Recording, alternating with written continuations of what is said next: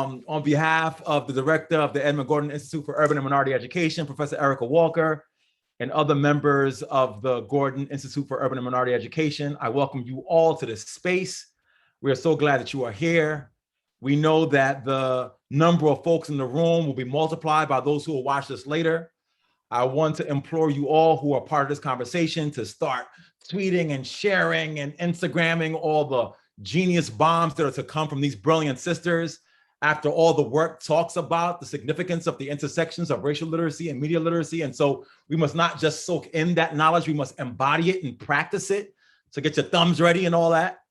And this is a, it's a virtual book talk on the book, Advancing Racial Literacy and Teacher Education.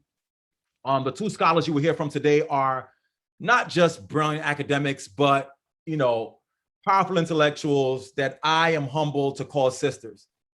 And I don't say that just to say it, listen, Sister Detra, this little one and my little one walking through the halls of the same school, and Sister Yoli and I have had good laughs and cries over the years about this work. And so, I love them as sisters, but I also celebrate them as scholars and brilliant academics. And when I think of each of these two scholars, they work in the legacy of the great thought leaders of our time. The late, great OG, Manning Marable, when he spoke about the Black intellectual tradition, he always described these scholars who work with criticality of thought and perspective and ideology and philosophy, who are of African descent, but they carry this amazing perspective and insight and love for the Black diaspora. They're always pushing thoughts and pushing ideas and pushing ideals. They have a love for Black folks, but also a desire to make Americana better than the way that it's been. They work with scholarship and struggle with social analysis and social transformation. They provide information, but they also operate with love. I know no two other scholars who do the same as these two brilliant souls. The book Advancing Racial Literacies and Media talks about the ways that the notion of attaching literacy to racial awareness is novel.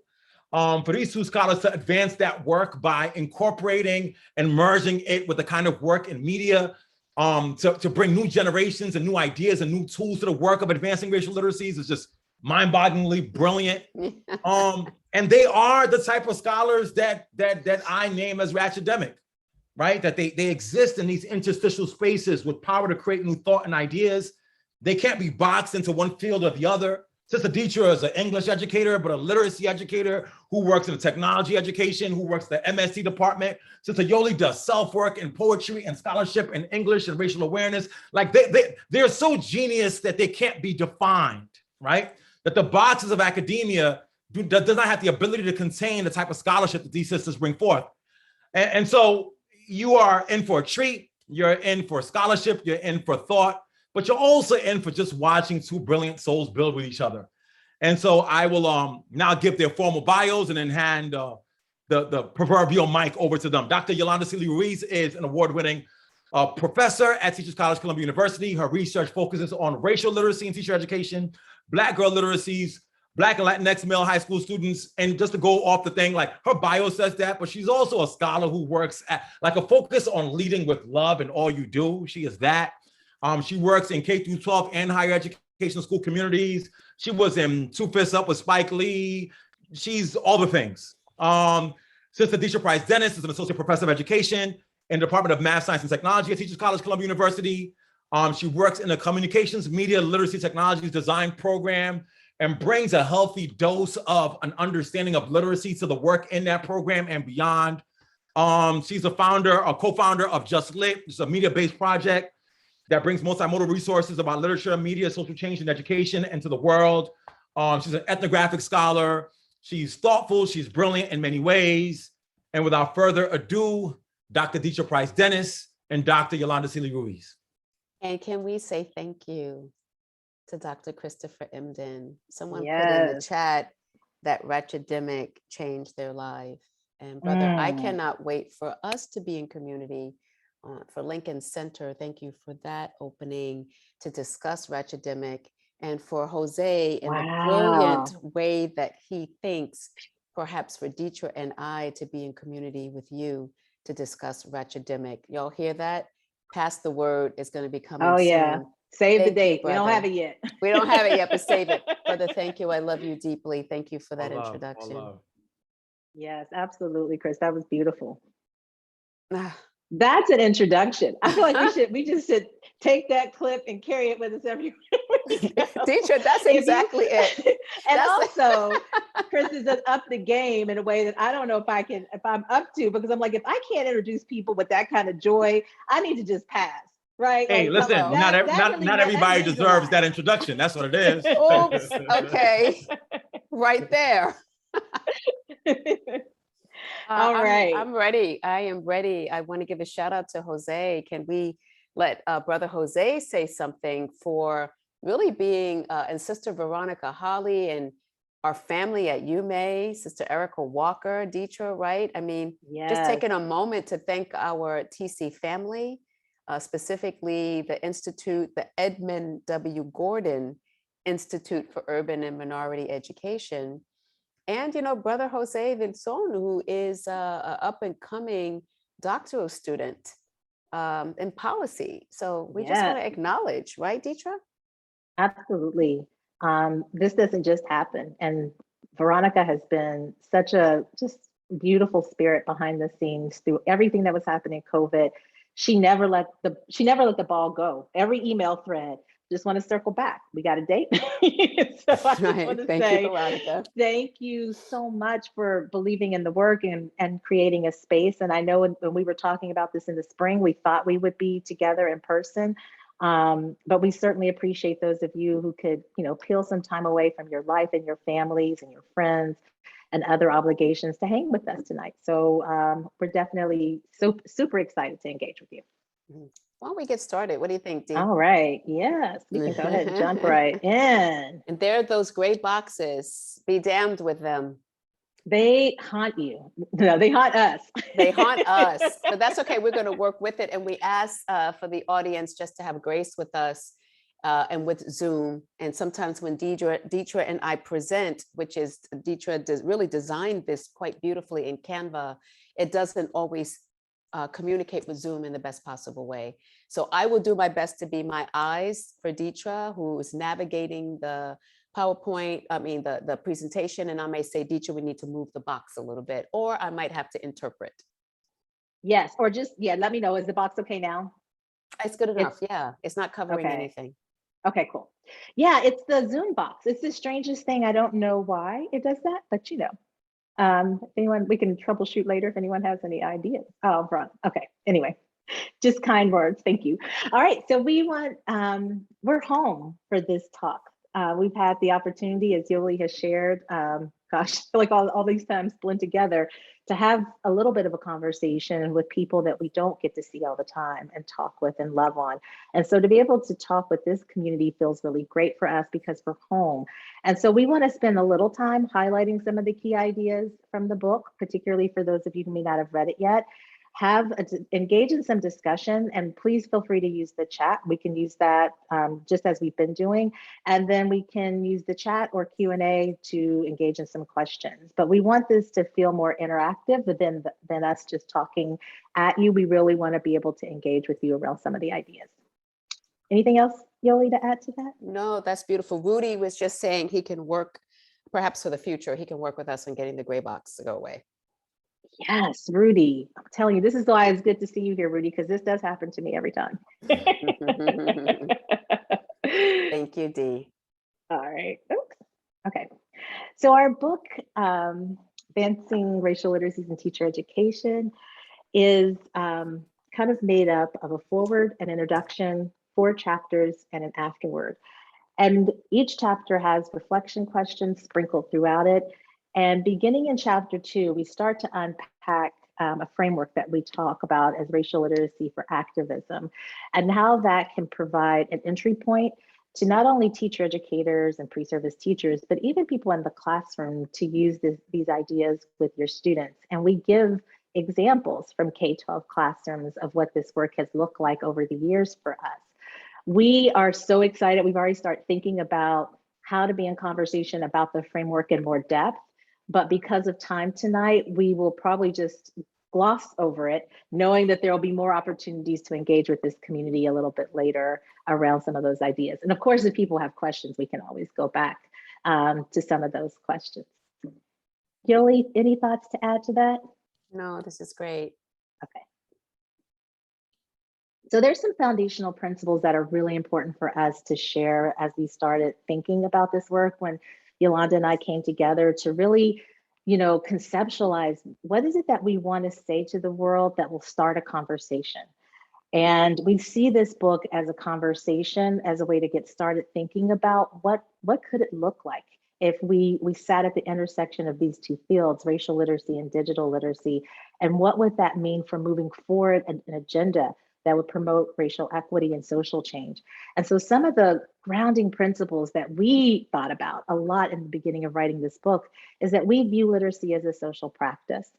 We also see race as a social construct. And this is both of these build on scholarship that goes back decades. I don't have citations on here, but that it's not just us claiming these things to be the case. We are in conversations with scholars who've been working in these fields of literacy studies, multi-literacy, racial literacy, race and education, race and ethnicity, critical race theory. We can keep going on, many, many fields, many, many folks. But what's important as well for us is that we also believe that youth are engaged in participatory literacies across digital platforms that examine racism. And when we sit with that concept of thinking about literacy as a social practice, that it's participatory, that it's based on, that conversations around race, which is a social construct, is happening within these social practices, within a digital space, what does that mean for how we move forward in educating new teachers and educating current classroom teachers, and then again, in preparing our students to think about the skills that they take up in these spaces. I would say every day, but I feel like most of us, because of COVID, are probably multiple times every day, finding ourselves, as we are right now, in a virtual space. So I want to talk a little bit more before I hand it over to Yoli to talk about racial literacy and really ground us in this work, about this racial technoculture that we find ourselves in these days.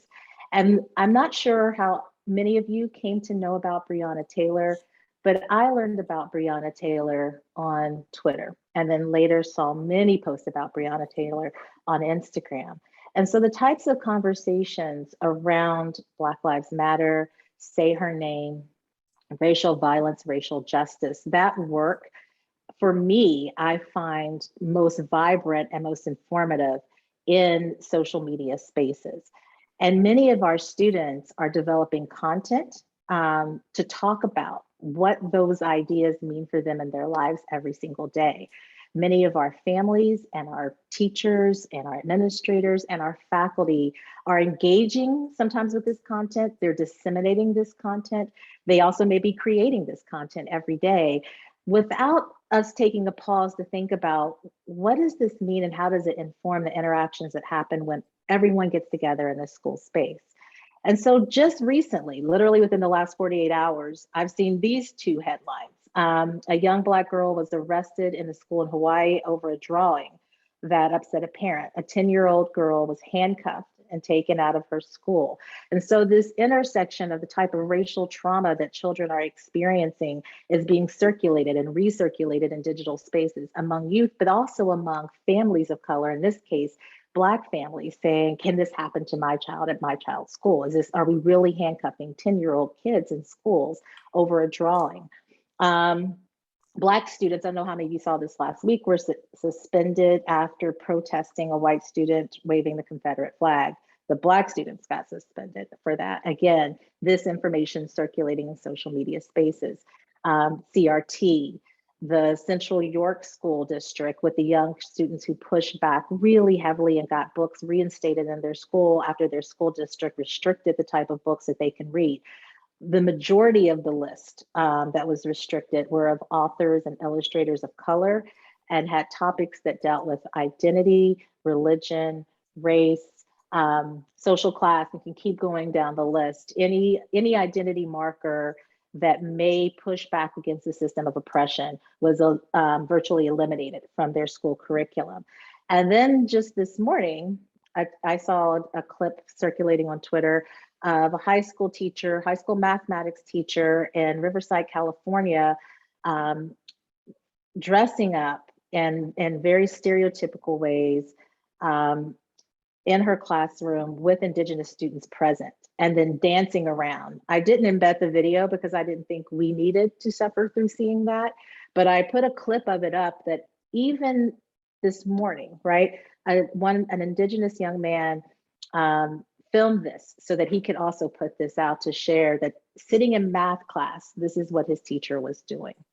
And so we have to really grapple with the ways that race and technology are really converging, and how do we take these ideas up when we're in K-12 settings and we're thinking about teacher education. And that's what Yoli and I really have been thinking about when we wrote the book. So I'm going to pass it over to Yoli for a little bit to kind of give us some of the big ideas around racial literacy, and then I'll step back in and talk a little bit about digital literacy, and then we'll open it up for some conversation. Sis, thank you so much. As you advance the slide, I'm actually trying to calm my heart. This is why it's important to meditate and to have a place to always return to our breath and to return to peace. That is absolutely disgusting, what was on that slide. And here we are in 2021, and our children are being subjected to that level of violence in a classroom from adults who should know better. The level of incivility, the level of outward racist practices, our work will never be done.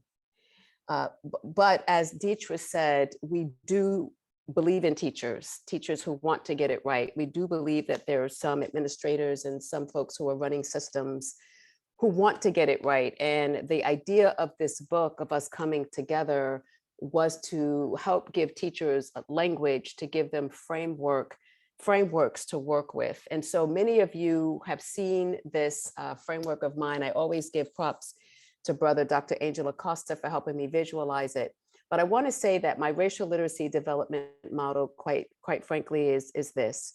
It's an opportunity, it's an entry point for people to begin to do what I'm calling the work of the self, the archaeology of self, to do that deep excavation. If we had racially literate teachers, or if that teacher who came in First Nations, appropriating First Nations costumes, if she did any of this self-work, she would know that she should have not done that, right? If she took a moment to investigate the biases that she had towards First Nation peoples, the beliefs, the stereotypical ideas coming in with feathers on her head, how dare she? But without doing this level of deep excavation, people will continue to repeat these things. And so quite simply, the development model is made up of 6 components.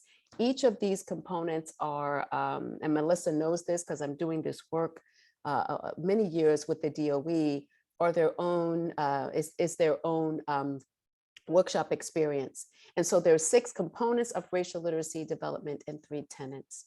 And those tenets are always to question assumptions, to do what we're attempting to do here tonight, engage in critical conversation, and to practice reflexivity. So let's take that teacher who came in that math classroom. And let's say that she had a conscious principal or AP who pulled her to the side, gave her an opportunity to reflect on what she did. This idea of reflexivity is giving her a chance to look at her action, to reflect on her action, and the reflexive nature is then to change that action. And you, believe it or not, many teachers do not practice reflexivity. They go through their graduate teacher education programs in the belief that this is the way to engage in the classroom, and they often don't take a moment to pause, and certainly not a moment to roll back before they move forward. So that's the model in a nutshell. I think that's all I want to say for now, Detra. And I'll share this. I am grateful to my National Council for Teachers of English Family. I just finished writing my first white paper. This is me delving into the policy arena. I am also grateful to be a CERN mid-career fellow, where I'll be taking more of my work around arc of self and around racial literacy and bringing it into the policy world. And so this is available and free online, and I encourage folks to take a look at it. It also embeds the racial literacy development model.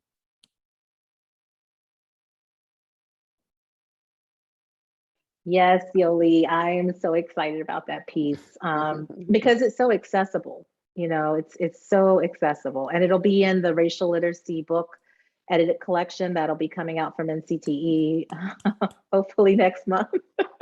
It will be. You got this. You got Okay, this. it'll be coming out next month. Now, Detra, the gray box is blocking the top of our page. So what does it say besides Right digital about now. age? Still now? Well, it's now duplicated it, but now this is better. Definition of literacy in the digital age. That's what was being hit. Yes. So I wanted to build on Yoli's point about how the conversations that she and I started to have when we wrote this book also were happening simultaneously on our own in other spaces for other audiences. And so as Yoli was working and conceptualizing her policy brief, I was working with a group of colleagues on a similar position statement, or a position statement, not the exact same genre, but NCTE has several genres that they like to communicate with their members. And so this one was thinking about defining literacy in the digital age and what that could possibly look like. And as we start thinking about the type of work that we're asking teachers and faculty to think about doing with education students, one of the things that I want to point out is that part of this goal is to think about how do we prepare people to effectively and critically communicate in a network world? How are we thinking about the ways that we consume, that we curate, and that we create actively across contexts, whether they're in person or also in digital spaces?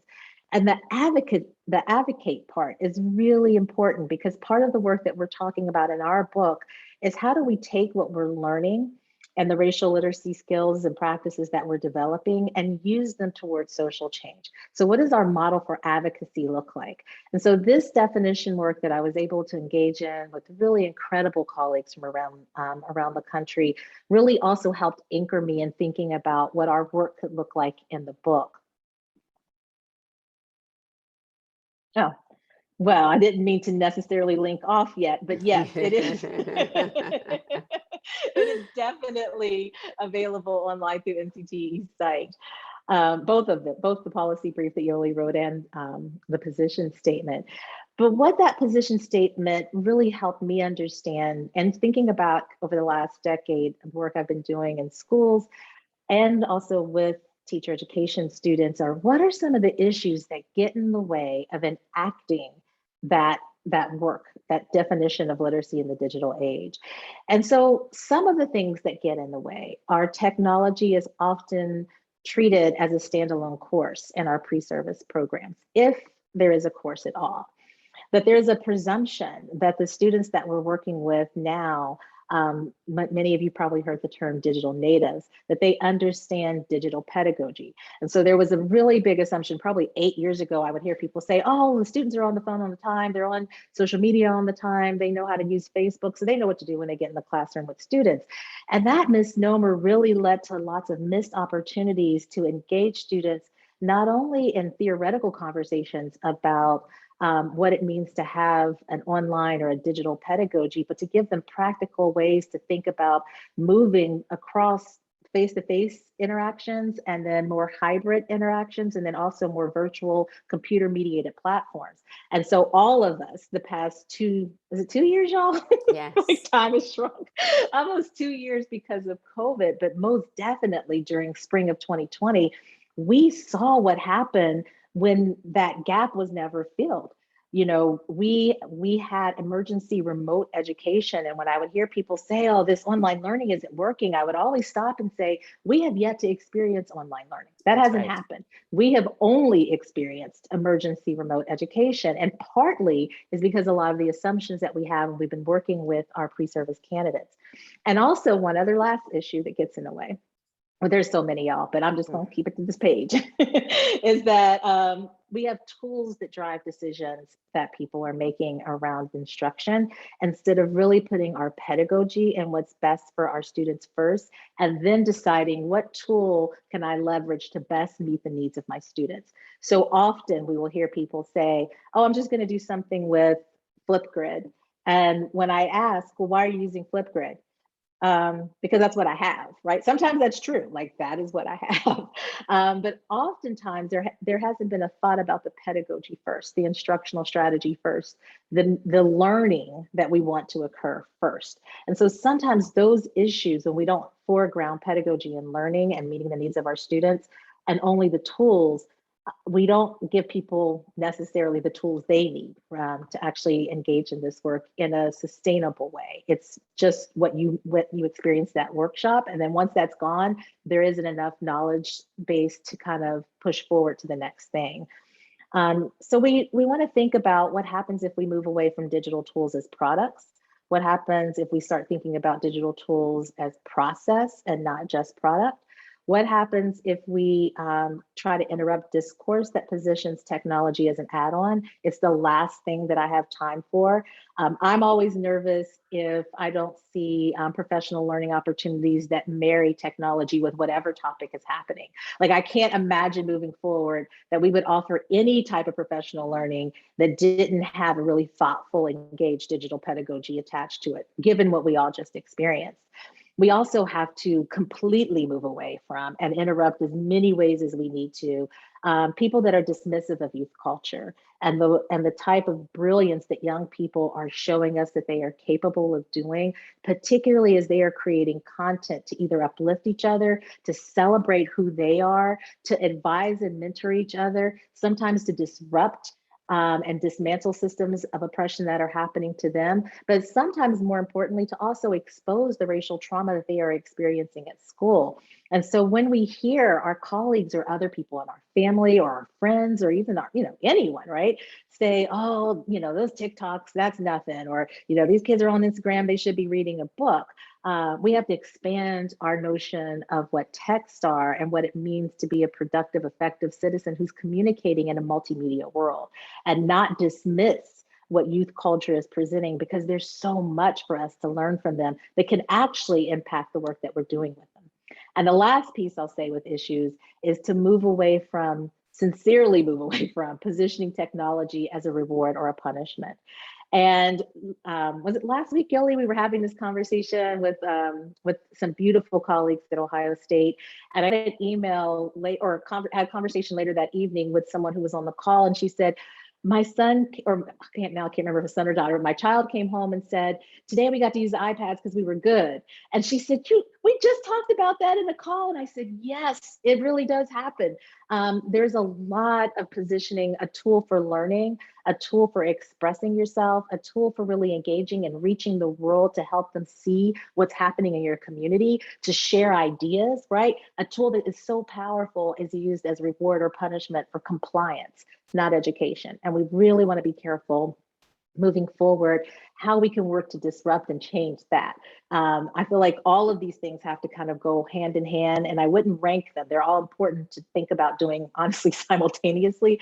But looking at what's happening in your current context is a really good place to start to figure out where to begin moving away from some of the practices that cause issues. And Detra, Yoli, I want to say, this feel is free to why jump in. I'm just actually so proud of what we were able to do in this book with the actual examples. And one thing I just want to highlight is Dr. Lakeisha Oldham, who is a teacher, and she's in New York City, and I sponsored her dissertation, and thank you for your gift of being on her dissertation. If you remember, in her dissertation, where she looked at 2 TikTok influencers, 2 wonderful Black females who have over 1 million followers, right, on TikTok. She also looked at some of her students, all Black girls, and their social media literacy, specifically their use of TikTok and Instagram around the conversations regarding Breonna Taylor's murder and George Floyd's murder. So she wanted to specifically see How were they engaging? What were they posting? What were they reading? And what continues to stay with me when you talk about previously how we cannot dismiss youth culture is that one of her 7th graders said, people, older people or adults need to understand that TikTok, and Instagram is my or our generation's CNN. It is where we get our news. It is where we also go for belonging, where we engage in activism. And we have to really not just dismiss youth culture, but I think pause and begin to learn from youth culture and the ways in which that they are engaging in social media, posting, who they're following, and bring, like what we said in the book, that's part of the curriculum. That's part of the pedagogy that happens in that classroom space. So I just feel good of some of the examples that we've used in the book of how students have used brilliantly IG and Twitter and Marco Polo, and just very practical ways for teachers to really step back for a moment and see what children can do once we give them the room to be themselves.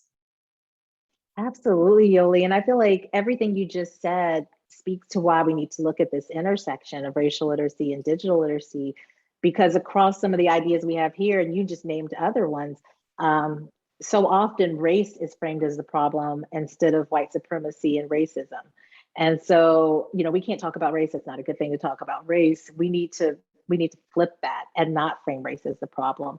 We need to move away from teachers being in control of technology, the only one using the technology and making anything that gets made with technology so frequently. It's very teacher directed and very teacher driven.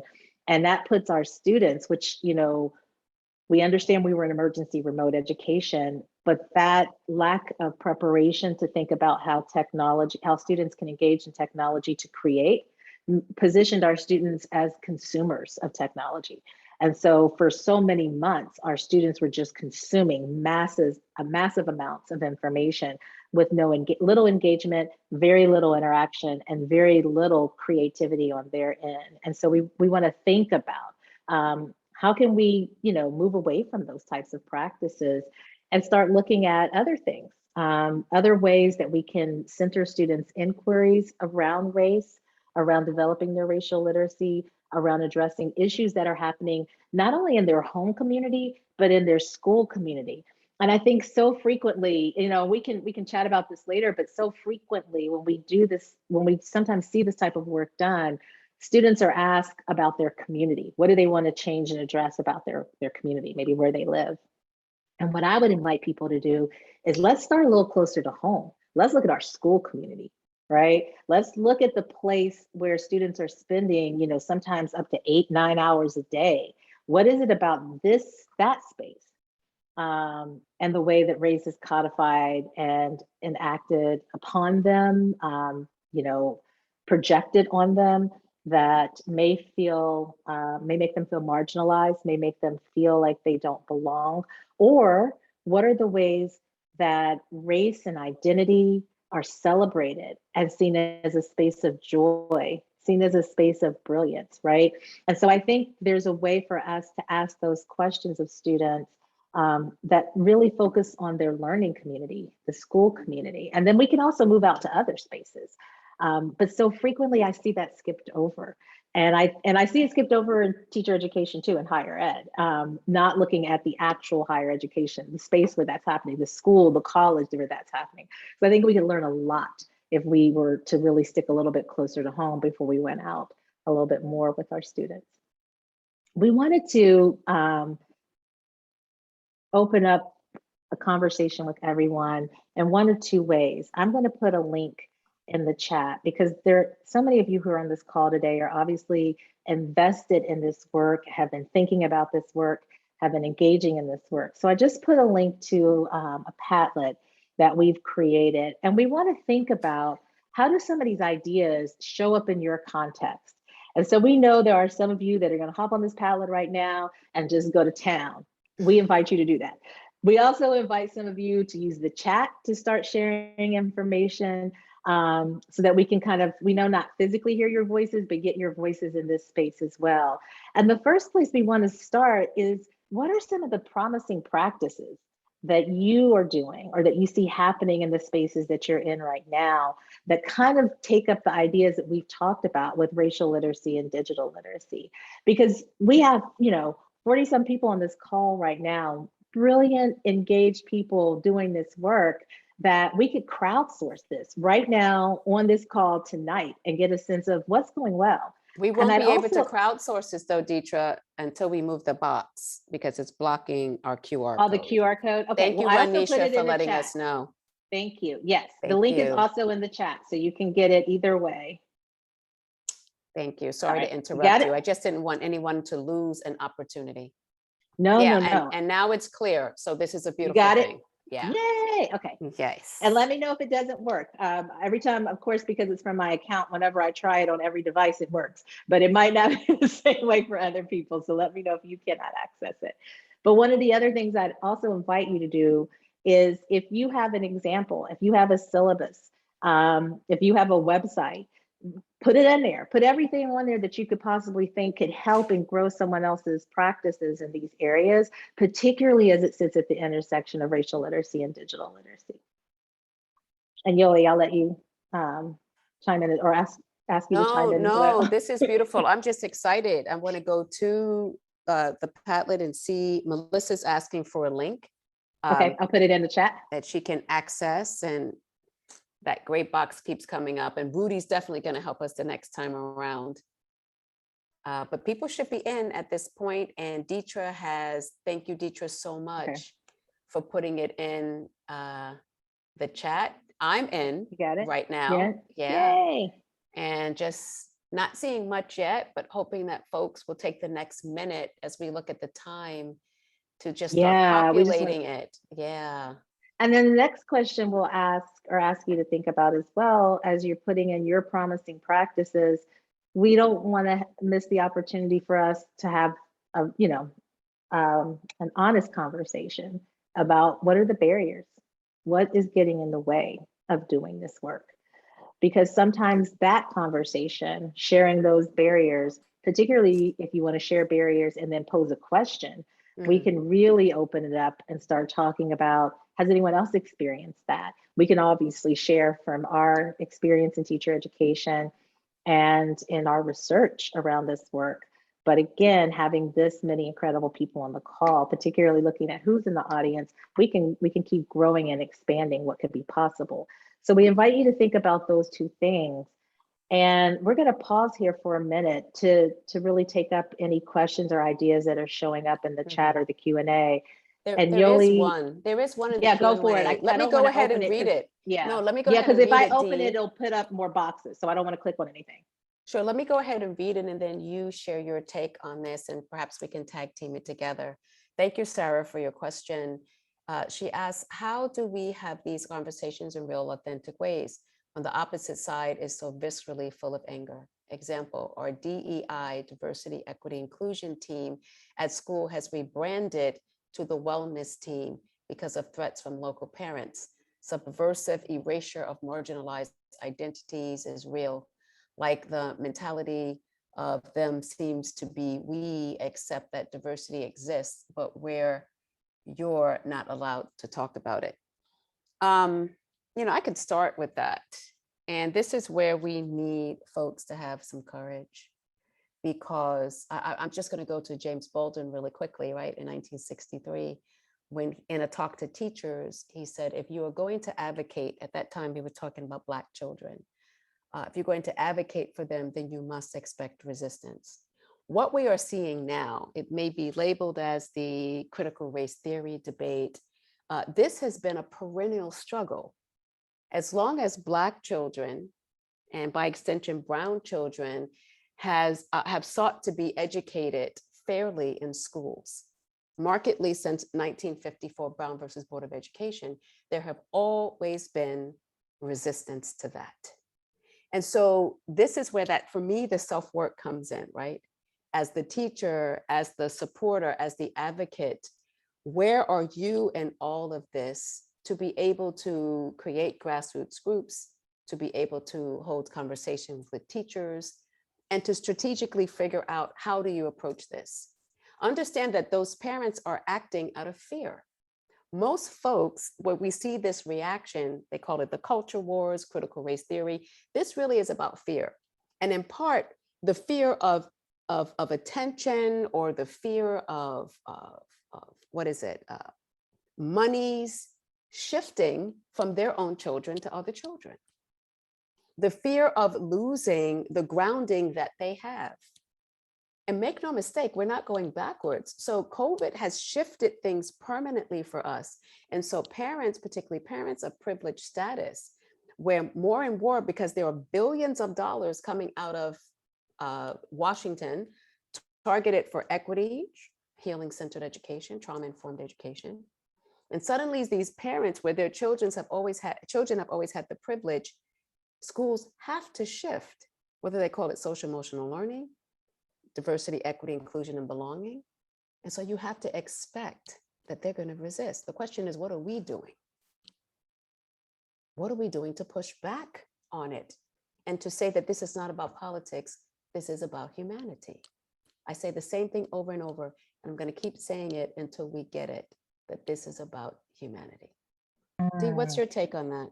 That's so beautiful, Yoli. And I was just sitting here thinking that would a focus on wellness, and I understand, first of all, I understand the rebranding, and I really am, like, my heart breaks to think about all the people, and Jose remembers this from a talk that I was, so privileged to be able to give within the EduColor community, all of the Black boxes that we saw people put up on their Instagram accounts over the summer as a way of showing solidarity for racial equity. And I keep thinking, like, where are all those people that had all those Black boxes? Because now you have all these people showing up in school spaces, very hostile, full of a lot of hostility, a lot of volatility happening in these spaces, demanding that their children not be exposed to a way of thinking that their children weren't being exposed to anyway. I mean, if you think about what was happening, or what is happening at the school in California, I'm sure that people at that school have received emails about not having critical race theory in their school.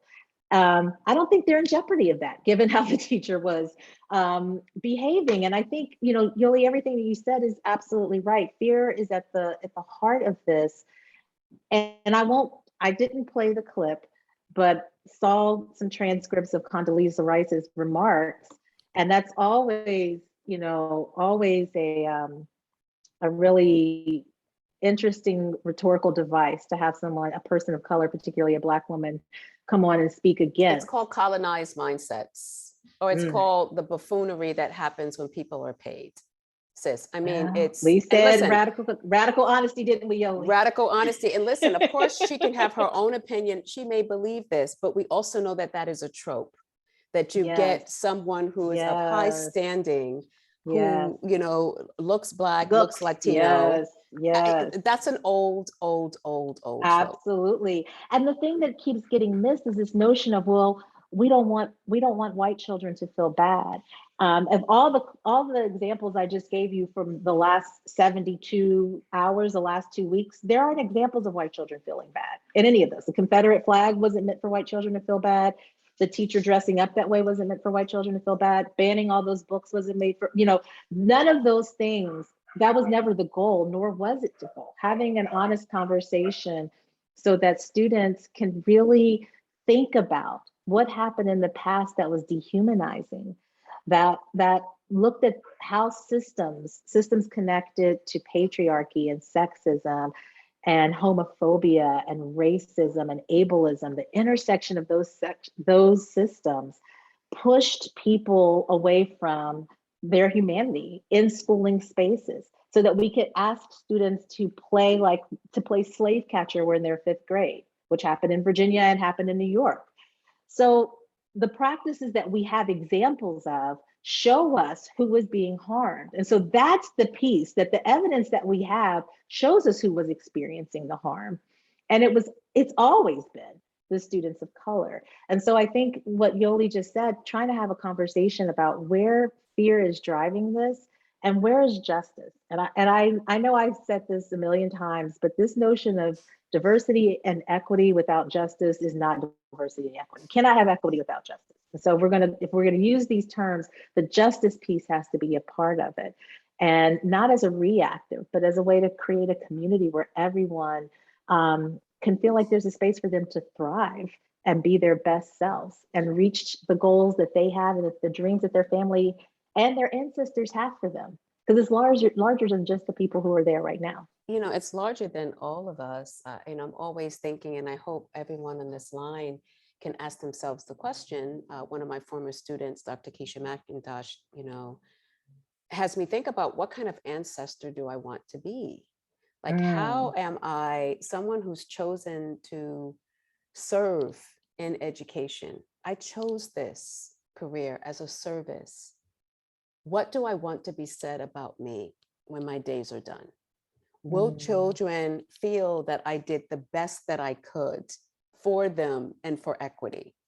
And I want to thank you, Dee, because everything you said is where hesitancy lives, where resistance exposes itself, and where we see lack of commitment. And so we must expect that there's always going to be lack of commitment, but what are we willing to commit to? And how do we invite people in? I think of the work that Melissa is doing, the work, Clooney Lavash does as an AP in Brooklyn, Richard Haynes. We know that overall the landscape is not equitable. What will we be willing to commit to make it equitable? And so we can recognize all of these things that you share as a way of trying to maintain the status quo, because the status quo is comfortable, is what people know. And so, of course, hesitancy, resistance, and lack of commitment will show up. This is why we really wrote this book, everyone, because we know that there are teachers out there who want to move forward in a particular way and don't really have the language. And for those that are practicing in this and feeling their pedagogy is being threatened, we also want to offer them some deeper language as well. That's what's hitting me, Detra. Absolutely. And I think the only thing I would add is that this work that we're talking about isn't work that's tied to kind of this ideology of a zero-sum game. We aren't saying that the only way for some people to feel more human and more free and more liberated in school is to make other people feel less. That we want to honor the humanity of every student and every family that is in our spaces, whether they're all adults, right? Or they're 5-year-olds or 4-year-olds. And so we don't have to take humanity from one student to make another student feel more welcome. And I feel like this notion of zero-sum game that a lot of these families believe in, whether they can articulate or choose to articulate it or not, it is the belief that if something good is happening for children of color, that means something bad must be happening to my child. And we have to be very clear that our goal is to love and care for all children. And I think that's a really important message for us to think about communicating more effectively than the propaganda has been pushed against the work that we're talking about. No, Detra, that's exactly it. As I look at the time, we're going to go to the next slide. Thank you, because I can't see the time. Where are we? Yes. And Jose, it's let us know. 7:55, and we're coming to the end. But I was also thinking about the resilience of the status quo and how critical love that I talk about can penetrate in so many ways the systemic racism, right? Because that's what we're seeing and hearing. And for people to be honest, those of us on this call, there are moments that I'm sure you have experienced fear where you feel like, let me just let that one go. Every single one of us has to be able to push this forward, and we each do make a difference. And so Detra and I, we ask you, what will you commit to? What have you committed to? And yes, we believe in self-care.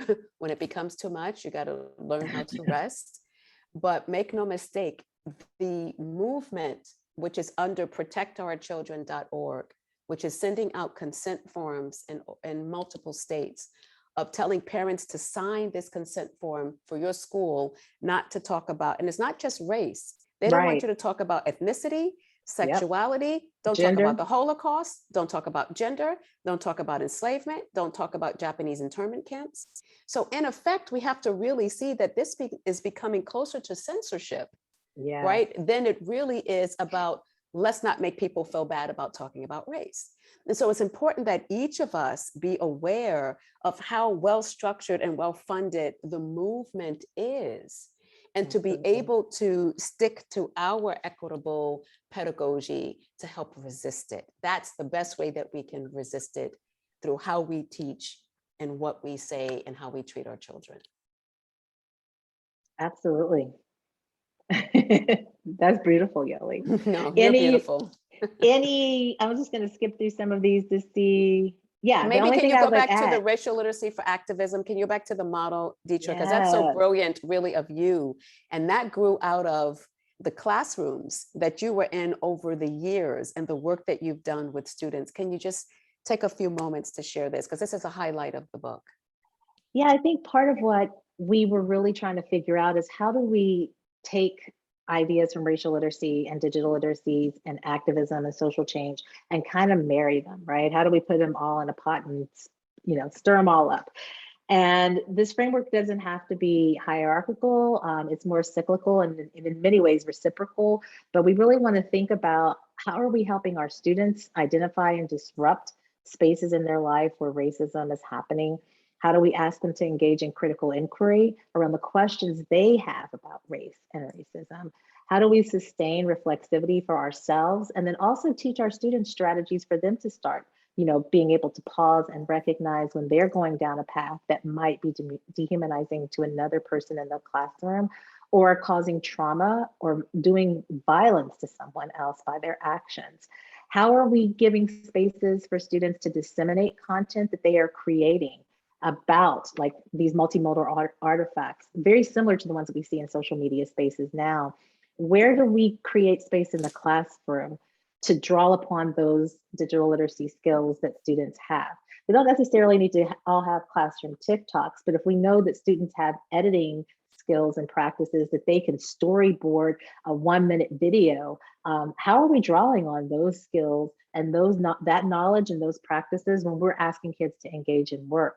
And then how are we developing emotional intelligence with our students, our families, and our colleagues to talk about race in ways that we can hear each other, to talk about racism? And I know this work has been going on forever and ever. And that's why this sits at the intersection, because if we don't have the emotional intelligence, we will see what we've been watching unfold in all these school board meetings. The harassment, the yelling, the screaming, the threats, all of the violence, because people lack the ability to look at their emotions, which they are more than happy to have, but to still be able to communicate effectively and productively a message that they want to get across and be aware of it. They lack racial literacy. That indeed Yes. is a skill. Yes. And it has to be practiced. Jose told us that we have 2 minutes. I want to say one thing that Bonnie. I was gonna say I am done. I want to. No, you're never done. Detra, you're never done. Well, I didn't know if there was a final question in the last 60 seconds. Well, no, Bonnie gave us a great idea. Do we have a hashtag for the book? No. Well, some people have been using the hashtag RL4A. Some people have been using that. So feel free, if you have ideas, to share them that way, please. And I've looked at it a couple times. Thank you. And just thanking Clooney and everyone else who has used the chat. Jose came right back on time. One thing we're not going to do is be between you and your dinner. Detra and I don't play that. But let me just please say publicly to Detra how much I love my sister, how grateful I am to have had this experience to write this book together. And we will be writing more books together at the intersection of racism and racial literacy and digital literacies. So I thank you, sister, for the honor of learning with you and writing with you. This has been pure joy for me. Oh, I echo that. And Jose, we're going to turn it over to you, so we're on time. My people, please give it up for the fabulous scholars, Dr. Detra Price-Dennis and Dr. Yolanda Sealey-Ruiz. I echo the statements that Dr. Chris Emden made earlier. He had to step out for another engagement, but please give it up for our fabulous Black women scholars doing their thing. Y'all must know. And of course, as a representative of the Institute of Urban and Minority Education, I'd like to thank everyone for showing up to our program. Our next space is going to be around a virtual book talk discussing critical youth research and education, featuring the folks who you see on screen. Please do check out our Twitter at Yumi TC Columbia. If you've been tweeting already, you've seen the likes. And then, of course, feel free to show up for our mailing list, which is going to show up right here. But in the chat, everyone, please, again, give it up for our fabulous Black women scholars doing their thing. We appreciate you. And we look forward to seeing you next week. Holy cow, next week. Yes. Thanks, Jose. Thanks, everyone, for spending your time with us. Detra, any closing words, my love? Thank you. Just thank you all so much. Appreciate the energy and all of the information in the chat. I'm so excited to finally get to look at it. Yes, Have me a good night, too. everybody. Good night, everyone.